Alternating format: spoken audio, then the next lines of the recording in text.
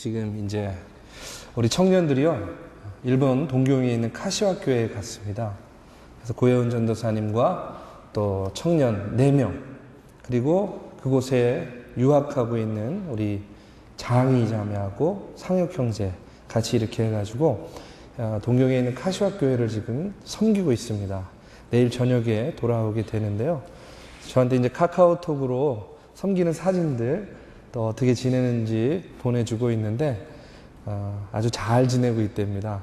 방사능 뭐 이런 거 이렇게 별로 그렇게 또 현장에서 체감을 못 하나 봐요. 그래서 제가 스시 많이 먹고 오라고 그렇게 격려를 해주면서 보내줬습니다. 이럴 때 일본 가서 스시 먹어야지 대우받는 거죠. 그렇죠? 조류독감 있을 때 오리고기 먹고 그러면 또 대우받잖아요. 자, 어쨌든 죄송합니다. 그리고 광고 하나 할게요. 다음 주가요, 저희 교회 창립 128주년이 되는, 우리 교회가 나이가 128살 되는 그런 주일입니다. 그래서 창립 기념 행사들이 많이 있는데 특별히 돌아오는 금요일 날요, 7시에 바로 이 자리에서 금요기도회를 대신해서 송정미 교수, 여기 현수막 걸려있는 거 보셨어요? 예전에 우리 CCM 가수, 1세대 CCM 가수입니다. 여러분이 잘 아시는 노래 중에 축복송이라는 노래 아시죠? 때로는 너의 앞에, 이런 노래. 또 최근의 노래 중에는 사명이라는 노래를 불렀던 그런 아주 유명한 CCM 가수예요. 저희 시대 때는요, 아주 그 신승훈, 변진석, 이런 아주 그런 급에 버금가는, 여러분 다 모르나요? 우리 청년들이 잘 모르더라고요, 송정미를. 굉장히 모시기 어려운 분인데 오셔서 간증도 해주시고 찬양도 하고 또 여러분과 함께 기도도 하는 그런 시간을 갖습니다. 여러분 금요기도에 참석하지 않는 분들도요, 이번 주 금요일 날은 7시에 이 자리에 오셔서 함께 찬양하고, 저 노래를 부른 사람이 저 사람이야? 이런 것도 좀 확인하고 또 은혜도 받고 함께 기도하는 그런 시간이 되기를 바랍니다. 돌아오는 또 다음 주죠. 13일인가요? 주일날은 우리 글로리아 찬양대, 베델 찬양대가 같이 연합을 해가지고요, 11시 예배 때 창립 기념 칸타타를 또 하기도 합니다. 여러분들도 위에서 기도해 주시고 참여하시고 또 격려해 주시기를 바랍니다. 자, 이 시간에는요, 계속해서 디모데전서 강해를 하겠습니다. 5번째 시간인데요, 아름다운 동행이라는 제목을 가지고 디모데전서 2장 8절에서 15절의 말씀을 가지고 여러분과 같이 은혜의 시간을 갖고자 합니다. 여러분, 강해 설교를 하다 보면 가끔 곤란할 때가 있어요. 또 난감할 때가 있습니다. 이 강해 설교라는 게 그냥 이렇게 뽑아서 하는 게 아니잖아요. 그렇죠? 쭉 이어서 하는 거기 때문에 난감한 때가 있어요. 전에 기억하실지 모르겠지만 10계명 강해할 때에도 몇 번 그런 적이 있었어요.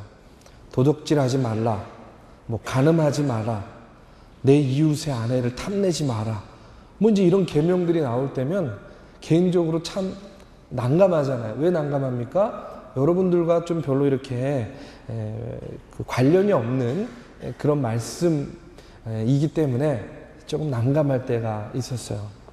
그런데 오늘 말씀을 준비하면서도요, 참 난감했습니다. 여러분, 성경 봉독할 때 어떤 느낌이셨어요? 여자분들 많이 당황하셨죠? 네, 내용을 들으시면서. 여러분, 오늘 이 본문 말씀은요, 성경에 있는 말씀 중에서 오늘날까지도 가장 논란이 많이 되는 그런 말씀이에요. 그런 구절입니다. 좀 넘어가면 좋겠다. 그냥 이 부분은 좀 이렇게 넘어갈까? 이런 마음도 사실은 들었어요. 근데 이 강해 설교라는 게 그럴 수 없잖아요. 또 어떤 거는 하고 어떤 거는 빼고 이렇게 할 수 없는 거라서 참 고민이 많았습니다. 일주일 동안 얼마나 고민이 많았는지 몰라요. 하나님 지혜를 주시고 영감을 주세요. 이 말씀을 붙잡고 기도했어요. 기도하는 가운데 그런 마음이 들더라고요.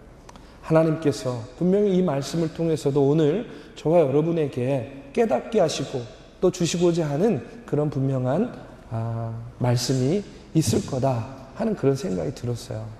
그래서 담대한 마음으로 여러분과 함께 이 말씀을 함께 나누고요. 은혜를 나누고자 합니다. 여러분, 오늘 이 말씀이요, 왜 논쟁거리가 되냐면요, 바로 오늘 본문 11절 12절 말씀 때문에 그래요. 우리 한번 다 같이 다시 한번 읽어볼까요? 자, 시작. 여자는 일체 순종함으로 조용히 배우라. 여자가 가르치는 것과 남자를 주관하는 것을 허락하지 아니하노니 오직 조용할지라. 일단 먼저 제가 사도 바울을 대신해서 우리 청년들께 사과의 말씀을 드리고 말씀을 전하겠습니다. 사실 이렇게 말하면 안 되는데, 그렇죠? 예. 왜 사도 바울이, 우리 바울 선생님이 이런 이야기를 했을까? 여러분, 오늘 말씀이요, 어떻습니까? 여성분들 특별히 사실 듣기에 좀 거북한 그런 말씀임에 분명해요. 그런데 바울이 여성들이 듣기에 이렇게 매우 거북한 말씀을 한 이유를 우리가 알기 위해서는요, 당시의 시대적인 상황, 그리고 바울의 삶의 자리를 좀 이해할 필요가 있습니다. 여러분, 성경은요, 분명한 것은요, 아주 가부장적인 제도하에 쓰여진 책이라는 거예요. 아무리 성경이 하나님의 영감으로 쓰여진 책이라 하더라도 성경이 쓰여진 이 시대의 독특한 그런 시대적인 상황에서요, 분명 자유롭지 않았을 겁니다. 예를 들어서요, 구약이나 신약에 보면 여러분, 사람 숫자를 셀 때요, 여자나 아이들의 숫자는 계수하지 않았어요. 여러분이 잘 아는 마태복음 14장 13절에 보면요, 오병이어의 기적이 나옵니다. 예를 들면 그 오병이어의 기적에 있어서 결론에 어떻게 이야기가 나오냐면 21절에 보면 이렇게 나와요. 먹은 사람이 여자와 어린이 외에 5,000명이 되었더라. 이렇게 나옵니다. 우리가 흔히 오병이어의 기적이 이야기할 때 뭐라 그럽니까? 보리떡 5개와 물고기 2마리로 5,000명을 먹이고 12강주리를 남겼다. 이렇게 이야기하잖아요. 근데 그 5,000명 안에는 누가 제외됐다고요? 여자와 어린아이요. 여러분, 이때 당시의 분위기가 바로 그런 거예요. 여자와 어린아이는 정말 미안한 얘기지만 인격적으로 제대로 이렇게 대접을 받지 못하던 그런 시대였어요. 여러분, 이런 맥락에서 보면 바울 사도가 활약했던 시대, 바울 사도가 지금 디모데에게 이렇게 이야기하던 시대도 어땠겠습니까? 예외가 아니었겠죠. 오늘날과 같이요, 민주의식, 또 인권의식, 그 다음에 평등, 양성, 평등, 이런 의식이 고양된 시대가 결코 아니었다는 거예요. 여러분, 한번 생각해 보십시오. 불과 한 세기 전만 하더라도요, 우리나라에서조차도요, 여자들이요, 굉장히 어려운 시절을 살았습니다. 저희 어머니, 저희 이모님, 지금 이제 80이 다 넘으신 분들 옛날 이야기 들어보면 여자이기 때문에 당했던 그런 서름들이요, 아직도 이 가슴 속에 그대로 남아있는 그런 이야기들을 가끔씩 듣게 돼요. 여러분, 여성들이 남성과 똑같이 교육받고 또 참정권을 허락받고 리더의 자리에 서게 된 것, 우리나라에 얼마 되지 않았어요. 하물며 여러분, 바울이 활동하던 시대는요, 지금으로부터 몇천 년 전입니까? 2000년이 훨씬 전이에요. 그러면 여성에 대한 편견이요, 그 당시에 얼마나 컸겠어요. 얼마나 모든 분야에서 여성에 대한 편견이 난무했겠습니까? 그렇기 때문에 우리가 이와 같이요, 사도 바울이 처한 그런 가부장적인 사회 질서를 우리가 고려해서 오늘 이 본문의 말씀을 받아들이고 또 읽어야 됩니다. 그런데 우리가 너무 이 11절, 12절 말씀에 집착할 필요가 없어요. 중요한 거는요, 전체적으로 과연 이 말씀이 있는 자리가 어떤 자리인가를 보는 것이 중요합니다. 먼저 우리가 알아야 될 사실이 하나 있어요. 그게 뭐냐면 오늘 본문이 포함된 디모데전서 2장이요, 뭐에 대한 이야기냐는 거예요. 뭐에 대한 가르침이냐는 겁니다. 디모데전서 2장은요, 바울이 디모데에게 예배에 대해서 이야기하는 겁니다. 특별히 정확하게 얘기하면 예배 가운데서도 기도에 대해서 이야기하고 있는 거예요. 여러분, 지난번 설교 때 말씀드렸죠. 바울이 디모데에게 기도에 대해서 이야기합니다. 그렇죠. 4가지의 기도에 대해서 이야기를 하면서 뭐라고 이야기하는 거야? 모든 기도의 방법을 다 동원해서 누구를 위해서 기도하라고요? 모든 사람을 위해서 기도하라. 뭐 이렇게 처음 듣는 것 같은 얼굴을 하고 있어요. 불과 2주 전인데 기억나죠? 모든 사람을 위해서 기도하라. 그리고 특별히 누구를 위해서 기도하라 그랬습니까? 위정자들. 더 넓게는 리더들을 위해서 기도하라. 이렇게 가르친 거예요. 디모데 전서 2장의 내용이. 그리고 우리가 이렇게 기도해야 되는 이유가 무엇 때문이라고 이야기했습니까? 그리스도인들이 이 세상에서 살아갈 때에 좀 더 경건하고 좀 더 품이 있고 그리고 조용하고 평화로운 생활을 영위하기 위해서 너희들이 모든 사람을 위해서 기도하라. 이것이요 디모데에게 준 바울의 가르침이었어요. 그런데 이와 같은 예배와 기도를 강조하는 말씀이 이 바울의 권면이요 여전히 지금 이어지는 이 말씀 속에서도 계속되는 겁니다. 여러분 8절에서 10절의 말씀은 모두 예배, 특별히 기도에 대해서 기도하는 태도와 관련이 있는 그런 말씀이에요. 먼저 8절 말씀을 한번 볼까요? 8절 말씀 우리 다 같이 한번 읽어봅시다. 자, 시작. 그러므로 각 처에서 남자들이 분노와 다툼이 없이 거룩한 손을 들어 기도하기를 원하노라. 그러므로 각 처에서 남자들이 분노와 다툼 없이 거룩한 손을 들어 기도하라 하는 그런 권면을 지금 바울이 하고 있는 겁니다. 여러분 초대교회의 그 공동체의 모습, 어떻게 보면 예배의 풍경을 좀 짐작할 수 있어요. 초대교회는요 지금 교회와는 달리 교회 안에 남자들이 많았던 것 같아요. 지금은 여자들이 많지만 우리는 그때 당시는 남자들이 많은 그런 교회였던 것 같습니다. 그런데 이 교회의 다수를 차지하고 있던 남자들이요 어떻게 하는 거예요? 분노가 많아요. 또 그러다 보니까 다툼이 자꾸 일어나는 거예요. 그런 교회의 남자들을 향해서 바울은 분노와 다툼을 그치고 어떻게 하라는 거예요? 거룩한 손을 들고 너희들이 기도하라 하는 것을 지금 권면하고 있는 겁니다. 거룩한 손을 들어 기도하라. 여러분 이 거룩한 손이라는 표현이 굉장히 중요해요. 이 손은요 우리 뜻하는 겁니다. 거룩한 손을 들라는 건 무슨 이야기입니까? 너희들이 분쟁과 다툼을 그치고 거룩한 손을 들어라. 이것은 윤리적으로 너희들이 떳떳한 모습으로 하나님께 손을 들어 기도하라는 거예요. 예를 들어 피 묻힌 손을 가지고 기도하면 안 된다는 겁니다. 너희가 교회에 나오기 전에 도둑질한 손을 가지고 그 도둑질의 문제를 해결하지 못하고 나와서 손을 들고 기도해서는 안 된다는 거예요. 어떻게 해야 된다는 겁니까? 다 해결하고 거룩한 손을 들어서 하나님께 기도하라 하는 것이요 바로 오늘 바울의 가르치는 거예요. 정리를 하면 분노와 다툼을 멈추고 이웃과 화평한 관계를 이룬 다음에 너희들이 그 거룩한 손을 들고 이제 어떻게 하라는 겁니까? 하나님께 기도하라 하는 것이 오늘 바울의 권면인 겁니다. 제가요 전에 그 선한목자교회 유기성 목사님 여러분 아시는 분들이 있을 텐데 저희 교회에 와가지고 한번 새벽 예배 때 설교를 한 적이 있어요.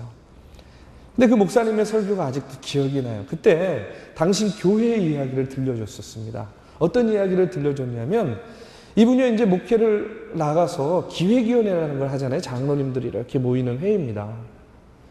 근데 이 장로님들이 모여서 회의를 하는데 서로 이견이 많잖아요. 그렇죠? 어떤 일을 정할 때 당연한 거 아니겠습니까? 많은 그런 장로님들이 모여서 이야기를 하다 보니까 너무 다투더래요. 마음이 하나가 안 되더래요. 고성이 오가고 근데 목사로서 그런 것을 보는 것이 너무 마음이 힘들었답니다. 이걸 어떻게 하면 좋을까? 내가 이 상태로는 이런 분위기 속에서는 계속 목회하기가 참 어려운데 하나님 어떻게 하면 좋을까요? 이렇게 기도하는 가운데 이제 목사님에게 하나님께서 지혜를 주셨대요. 그래서 그 다음부터는 어떻게 했냐면 회의를 할 때 서로 의견이 달라가지고 이렇게 좀 이렇게 언성이 높아지거나 언쟁이 생기면 앞에 종이 있었대요. 종을 놓고 딸랑딸랑 이렇게 종을 치는 거예요. 그 다음에 모든 그 의견, 모든 이 논의를 다 멈추고 다 이 조그마한 십자가를 하나씩 나눠줬답니다. 그 십자가를 손에 딱 들고 통성기도를 시켰답니다. 자, 무슨 얘기인지 아시겠죠?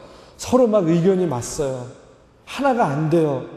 다툼과 분쟁이 막 언쟁이 막 이렇게 높아져요. 그러면 어떻게 한다고요?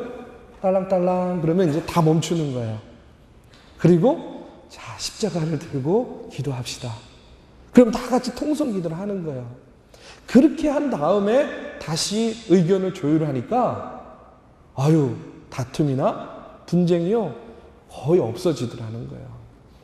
자, 하나님께서 어떤 마음을 주셨나요? 기도하는 동안에? 그러니까 이제는 자기 의견이 아니라 하나님께서 주신 그 마음의 감동으로 이야기를 해야 되잖아요. 그러니까 다툼과 분쟁이 사라지더래요.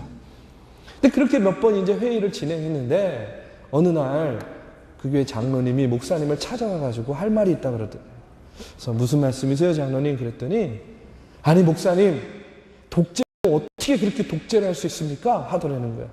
아니 무슨 독재요? 아니 좀 회의를 하고 좀 의견을 내려고 하면 맨날 종치고 통성으로 기도하자, 십자가 붙잡고 기도하자 이러니까 아니 어떻게 의견을 낼 수 있겠냐고, 세상에 독재도 이런 독재가 어디 있냐고 막 이렇게 항변을 하더래요. 자, 여러분은 어떻게 생각하세요? 독재입니까? 예? 저희 그의 얘기를 듣고 저도 이제 나중에 단독 목회할 때 그런 분쟁이 생기면 꼭 써먹어야 되겠다. 이제 이런 생각하는데 아직 우리 젊은이 교회에서는 그런 거를 사용할 기회가 별로 없었어요. 근데 제가 이 이야기를 들으면서 많은 생각을 하게 했어요. 여러분, 우리가 하나님의 일을 한다고 모여서요, 예배하고 기도하고 찬양하지만 정작 다툼이 있고 혹은 분쟁이 있고 서로 이견이 있을 때 여러분, 우리는 하나님의 뜻을 묻기 위해서 기도하기보다 자신의 주장을 앞세울 때가 여러분 얼마나 많이 있습니까? 하나님의 뜻이 우선입니까? 아니면 내 생각과 내 주장이 우선입니까? 여러분, 회의가 먼저입니까? 아니면 기도가 먼저입니까? 서로 다른 사람들이 모여서 의논하다 보면 다른 생각, 다른 판단이 있을 수 있어요. 하지만 그럴 때마다 하나님의 지혜를 구하면서 손을 들고 기도하는 것이 여러분 믿음의 성도들이 취해야 될 가장 우선적인 그런 모습이요, 태도가 아니겠냐는 거예요. 그런데 아마 바울이 목회하던 당시, 디모데가 목회하던 이 에베소 교회가 그렇지 못했나 봐요. 여러분, 에베소 교회만 그런 게 아니에요. 오늘 우리의 모습도 비슷합니다. 비슷해요. 그런 에베소 교인들을 향해서 또 오늘날 믿음의 생활을 경주하고 신앙의 생활을 경주하는 우리들을 향해서 오늘 바울은요, 이렇게 권면하는 거예요. 남자들아, 이제 분쟁과 다툼을 그치고 너희들이 손을 들고, 거룩한 손을 들고 하나님께 기도를 먼저 해라 하는 것을 오늘 바울은요, 권면하고 있는 겁니다. 이처럼 바울은 먼저 교회에서 믿음의 성도들이 취해야 될 바른 기도의 자세에 대해서 오늘 이야기를 하고 있는 거예요. 자, 이렇게 남성의 공중기도에 대해서 말씀하다가 갑자기 9절에 보면 여성에 대한 이야기를 합니다. 우리 한번 9절에서 10절 말씀 한번 다 같이 읽어보겠습니다. 자, 시작. 또 이와 같이 여자들도 단정하게 옷을 입으며 소박함과 정절로서 자기를 단장하고 따은 머리와 금이나 진주나 값진 옷으로 하지 말고 오직 선행으로 하기를 원하노라. 이것이 하나님을 경외한다 하는 자들에게 마땅한 것이니라. 여러분, 여기서 바울이 말하고자 하는 요점은요, 여자들이요 어떤 옷을 입느냐, 또 어떤 머리의 모습을 하느냐, 여러분 이것이 아닙니다. 이것을 따지기 위함이 아니에요. 바울이 이 말씀을 통해서 하고자 하는 이야기는요, 마음이 중요하다는 이야기를 하고 싶은 겁니다. 마음의 동기가 중요하다는 거예요.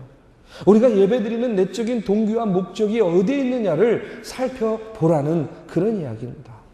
누구를 의식해서 옷을 입고 너희들이 누구를 의식해서 치장을 하느냐 하는 것을 지금 바울이 묻고 있는 거예요.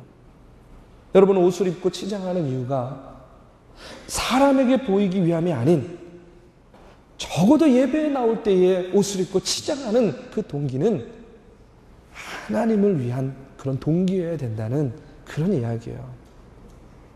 바로 바울은요, 그와 같은 것을 우리에게 말씀해 주고 있는 겁니다. 단지 사람들의 이목을 끌기 위해서 요란한 치장을 하지 말고, 너희들이 적어도 이제 한 주간의 삶을 뒤로 하고 예배드리러 주님의 전에 나올 때에는 거울 앞에 서서 단장을 할 때에도 어떻게 해요? 하나님을 의식하고 하나님 보시기에 미쁘신 모습으로 내 속사람과 내 겉사람을 치장하는 그 마음의 동기를 지금 바울은 이야기를 하고 있는 겁니다.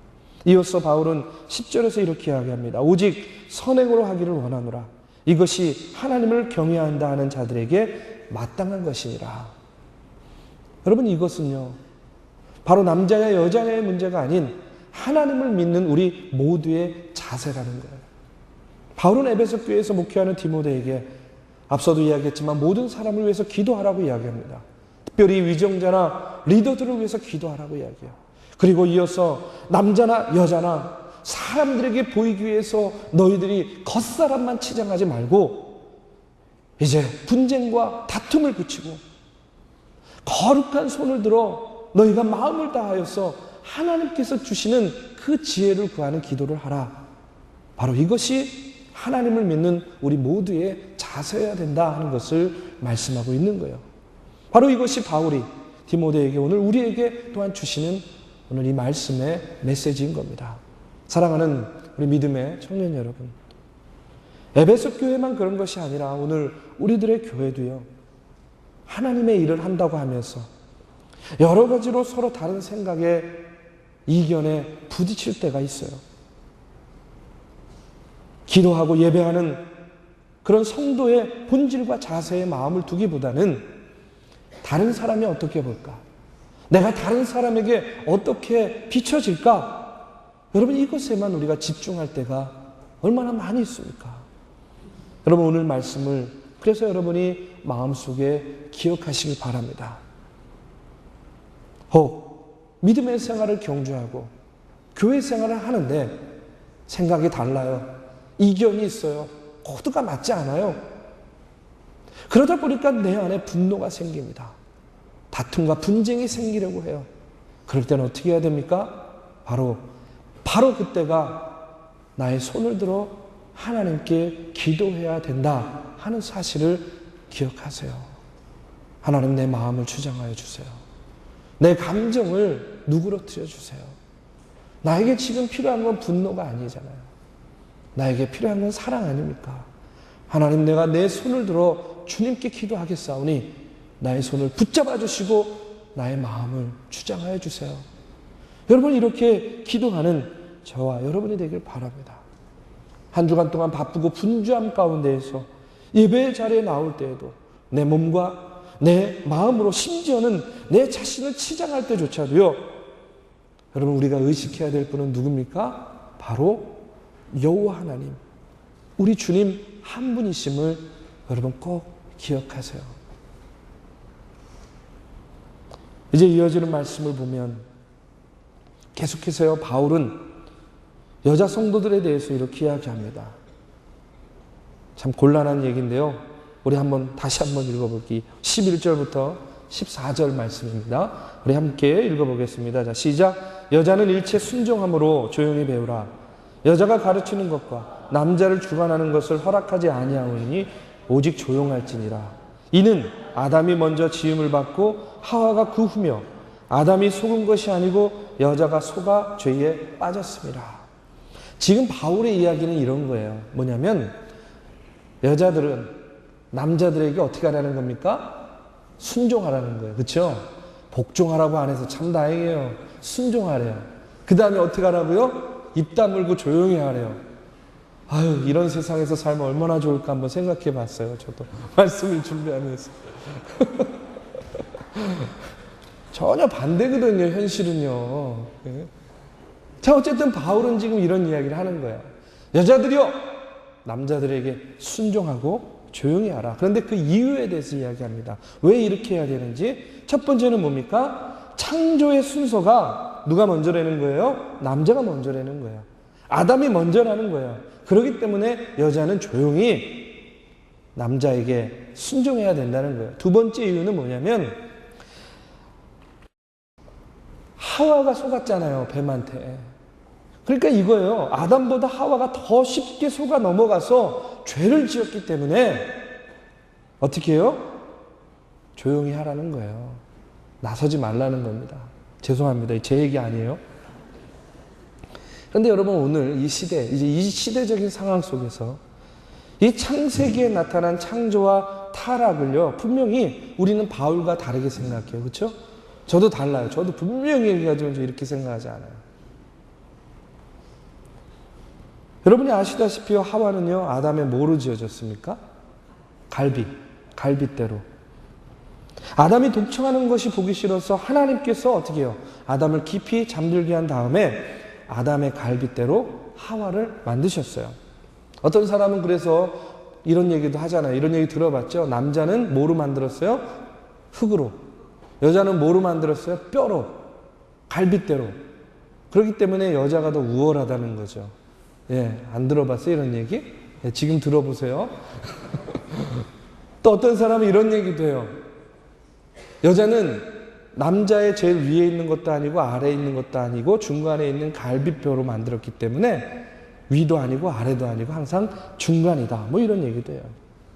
그런데 사실은요, 실제적으로 우리 남자들의 생각은 어떤 생각들이 있습니까? 많은 사람들이요, 여자가 남자의 일부에 불과한 이 갈빗대로 지어졌기 때문에, 또 나중에 지어졌기 때문에 남자가 우월하다, 반대로 여자가 열등하다 하는 생각이 은연중에 있어요. 은연중에.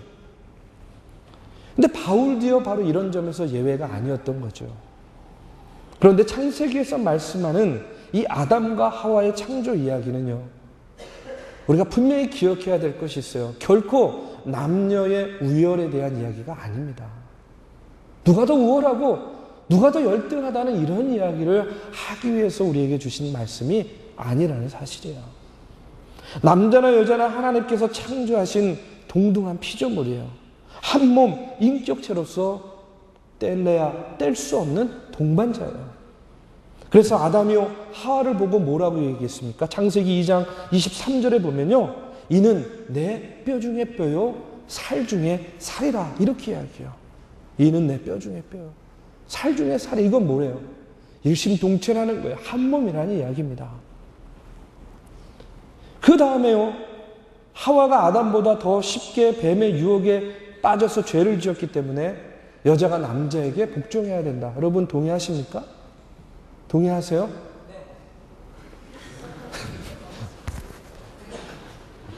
너 지금 인기 엄청 떨어졌다. 또 여자인 하와가 남자인 아담을 유혹해서 죄에 빠졌으니까 여자는 남자를 끝없이 유혹할 수 있기 때문에 늘 경계해야 될 대상이다. 여러분 이런 생각 어떻게 생각하세요? 네, 앞서도 이야기했지만 중요한 것은요, 창조의 순서가 누가 죄를 먼저 짓게 되었느냐, 뭐 이런 것이 문제가 아니라는 거예요.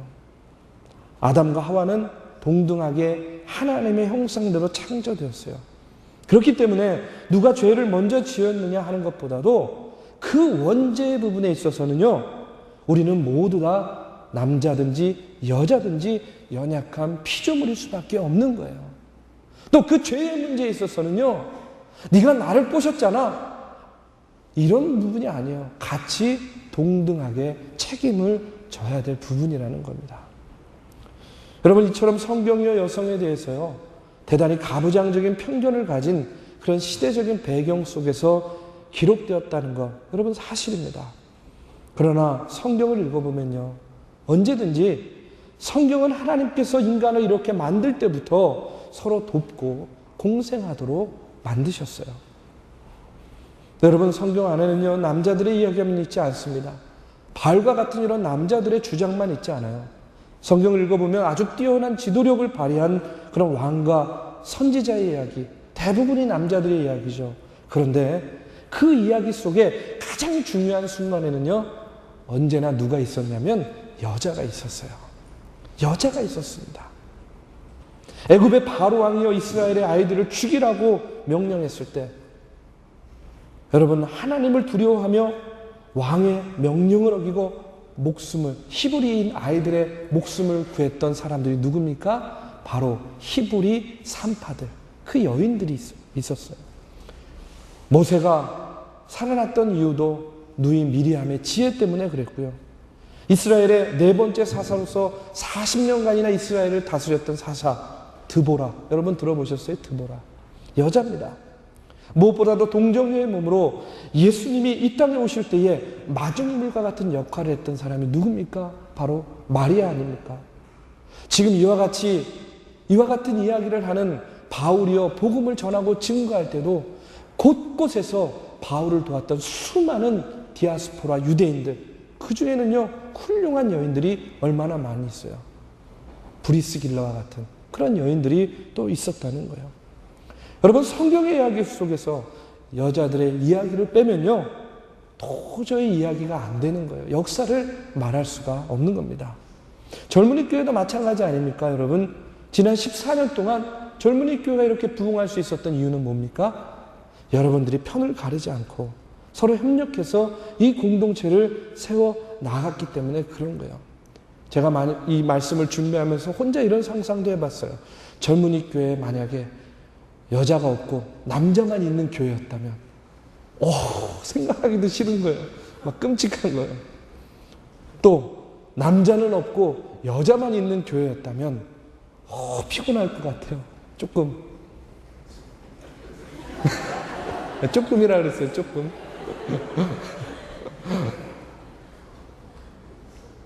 근데 우리가 그렇게 나눠지지 않고 편가르지 않고 남자냐 여자냐 뭐 이런 거 따지지 않고 합력하여서 우리가 이 공동체를 세워 나갔다는 겁니다. 여러분, 이것이 무엇을 이야기합니까? 남성들이요, 남성답기 위해서는 언제나 여성들의 도움이 필요하다는 거예요. 태초부터 남성과 여성은요 동반자로 또 동행자로 하나님께서 세워주신 사람들입니다. 다만 여성과 남성은요 동등하게 창조되었지만 그 역할과 기능이 조금 달라요. 근데 요즘은요 딱히 뭐 그 역할과 기능도 다른 게 없는 것 같아요. 힘이면 힘, 뭐 능력이면 능력, 여자가 뒤지는 게 하나도 없어요. 제가요 선교 가면 그런 거 많이 느낍니다. 전에도 한번 온주 저희가 선교를 가는데, 중국 온주, 그때요 여자들이 7명인가 8명 신청했고 남자가 한 명도 없었어요. 남자는 저 하나였어요. 준비하는 내내 저는요 마음속으로 다른 게 걱정이 아니었어요. 뭐 중국의 공안이 걱정 뭐 이런 거 아니고 먹을 거 걱정 이런 거 안 했습니다. 짐을 날릴 남자가 나밖에 없구나, 이게 제일 걱정이었어요. 남자가 없잖아요. 비행기를 탈래도 짐을 날라야 되고, 또 온주까지 가려면 기차를 타고 5시간 반을 가야 되는데 이 선교 물품이 얼마나 많습니까? 그런데 남자는 저 하나예요. 얼마나 걱정이 되는지 몰라요. 여자애들을 보면서 쟤네들 어떻게 간수하지? 물품도 많죠. 또 자기 핸드캐리도 있잖아요.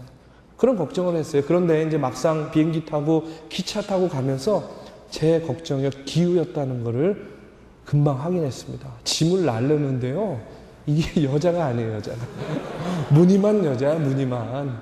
예? 뭐 그냥 그 큰 짐들을요 휙휙 날르고요. 기차에서 정차를 짧게 하니까 뭐 1분 안에 다 내려야 돼. 1분도 안 걸려. 한 박스 한 8개 막 10개 나르는데 한 50초면 다 끝나더라고요. 여자가 아니구나. 이제 역할과 기능에 있어서도 별 차이 없구나. 먹는 것도 마찬가지입니다. 남자들보다 훨씬 더 먹어요. 네, 얼마나 많이 먹는지. 네. 여자만 여자가 아닙니까? 여러분, 남자도요, 남자 같지 않은 남자들이 또 얼마나 많아요. 그렇죠? 더 이상 이 세상은요, 그렇기 때문에 남성이 우월하고 또 여성이 열등하다, 이런 생각들, 이런 이야기들이요, 더 이상 우리에게는 맞지 않는 그런 우리가 시대 속에 살고 있습니다. 여러분, 남성과 여성은요, 그렇기 때문에 편을 나누고 가를 대상이 아니에요. 서로 협력해서 하나님의 선한 일을 이루어 나가야 될 그런 동행자요, 동반자입니다. 하나님이 창조하신 창조물 중에 가장 으뜸이 누구냐 하면 남자요, 여자라고 이야기할 수 있는 겁니다. 여러분, 바울의 시대에는요, 오늘의 말씀과 같이 그렇게 하는 것이 교회의 덕이 됐는지 모릅니다. 그러나 오늘의 시대는요, 남자와 여자 서로 다를 것 없이요, 함께 노력해서 교회의 덕을 세워야 되는 거예요. 남자만 분노합니까? 여자도 분노합니다. 남자만 다툽니까? 아니에요. 여자들도 다퉈요. 그런 가운데서 우리는 남자나 여자나 할 것 없이 어떻게 해야 됩니까? 거룩한 손을 들어 하나님께 기도하는 하나님의 백성들이 되어야 된다는 거예요.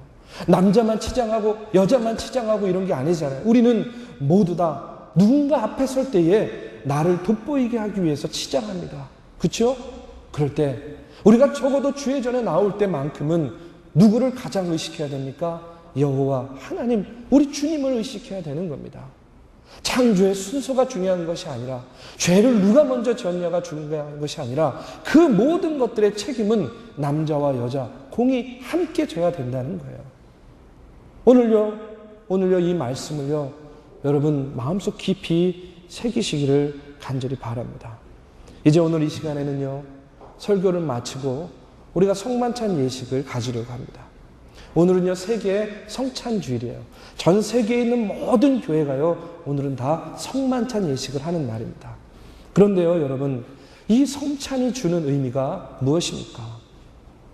적어도 바울 시대에조차도요, 이런 이야기들을 통해서, 그래, 여자들은 조용히 하고 있어야 돼, 순종해야 돼, 이런 분위기 속에서 신앙생활하고 살았을지 모르지만, 그 시대에조차도 모든 사람들이 평등했던 시간이 언제입니까? 바로 주님의 살과 피를 먹고 나누는 바로 이 성찬의 시간만큼은 모든 이들이 평등했다는 겁니다. 남녀, 노소 할 것 없이 주님의 살과 피를 먹고 마시면서 평등해지는 거예요. 그리고 하나가 되는 겁니다. 나누고 분리했는데 주님의 살과 피를 통해서 하나 되는 시간, 그것이 바로 성찬의 시간인 거예요. 여러분, 우리가 한 몸 주님의 살과 피를 먹고 마신다는 것은 어떤 의미입니까? 그것은요, 너의 기쁨이 나의 기쁨이 된다는 거예요. 또 당신의 허물이 나의 허물도 된다는 거예요. 왜 그렇습니까? 우리는 주님의 살과 피를 먹고 마심으로 인해서 주님 안에서 뭐예요? 한 형제요, 자매이기 때문에 그런 거예요. 바로 그와 같은 마음으로 우리가 한 마음으로 하나님의 성찬에 참여하고 서로를 인정하면서 나아갈 때에 우리는 남자요, 여자가 아닌 주님 안에서 한 형제요, 자매된 이들로서요, 하나님께서 기뻐하시는 아름다운 동행의 길을 함께 걸어갈 수 있을 줄로 믿습니다. 오늘의 말씀을 기억하고요, 우리 모두 함께 주님의 길로 나아가는 저와 여러분이 되기를 이 시간 주님의 이름으로 축원합니다.